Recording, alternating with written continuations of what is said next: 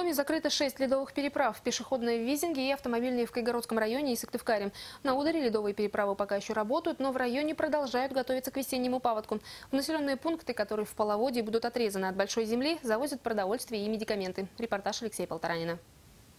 Это ледовая переправа для ударского села Пыса в буквальном смысле дорога жизни. По ней можно попасть на большую землю, но по прогнозам синоптиков совсем скоро здесь установят запрещающий знак.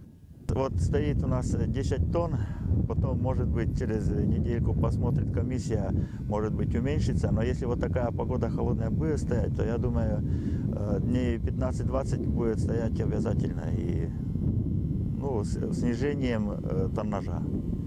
Прочность льда на своей машине проверил лично глава района. Пока не начался ледоход, Василий Федоров объезжает заречные села Пысу, Вашгард, Чупрова и Муфтигу.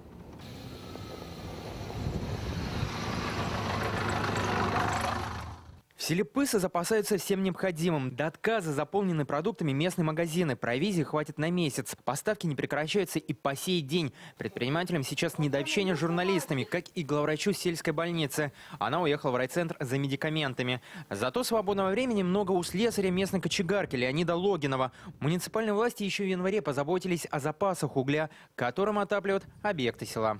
Вон сельсовет, клуб, школу, садик, интернат, там больница, потом жилые дома.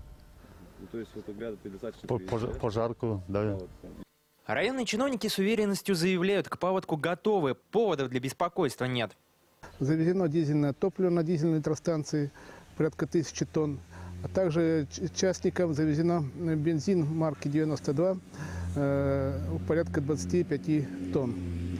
Через 3 недели после ледохода жители Пысы вернутся к привычной жизни. На воду спустят паром, который, как заверяют местные власти, уже исправен и готов перевозить людей и технику. Алексей Полторанин, Иван Селиванов, телеканал Юрган, Ударский район.